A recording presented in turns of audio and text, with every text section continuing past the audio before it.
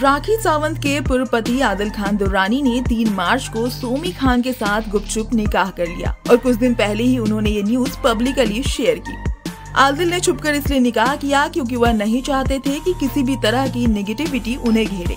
आदिल अब सोमी खान के साथ खुश हैं और उनका कहना है कि राखी सावंत के साथ उनकी शादी खत्म हो चुकी है, उसका कोई मतलब नहीं है। आदिल ने कहा कि उनकी कभी राखी से शादी हुई ही नहीं क्योंकि जब वह उनके साथ थी तो वह पहले से ही शादीशुदा थी।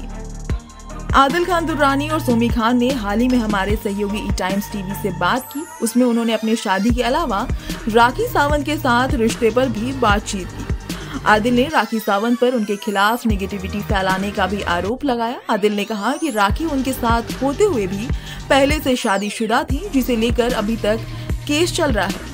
आदिल ने कहा कि अगर आप राखी सावंत के साथ मेरी शादी के बारे में बात करते हैं तो यह पूरी तरह से अमान्य है, क्योंकि जब हमारी शादी हुई तो वह पहले से ही शादीशुदा थी, किसी और से उनकी शादी हो रखी थी। मुझे धोखे में रखकर उन्होंने ऐसा किया था, इसे लेकर पहले से ही कोर्ट में केस चल रहा है। आदिल ने कहा कि कई लोगों के मन में ये सवाल था कि मैंने दूसरी शादी कैसे कर ली। मुझे दोबारा शादी करने का पूरा अधिकार है क्योंकि मैं एक मुस्लिम हूँ और शादी कर सकता हूँ। मैंने अपने परिवार की मौजूदगी में बाकायदा निकाह किया है, मैंने कोई गुपचुप शादी नहीं की। आदिल ने बताया कि किसी भी तरह के निगेटिविटी से बचने के लिए उन्होंने निकाह की बात किसी को नहीं बताई।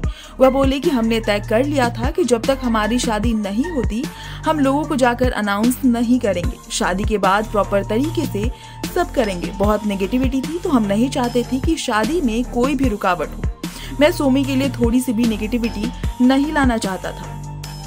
आदिल ने राखी सावंत को लेकर कहा कि वह नेगेटिविटी फैला रही है और वह जिंदगी में किसी को भी खुशियां नहीं दे सकती।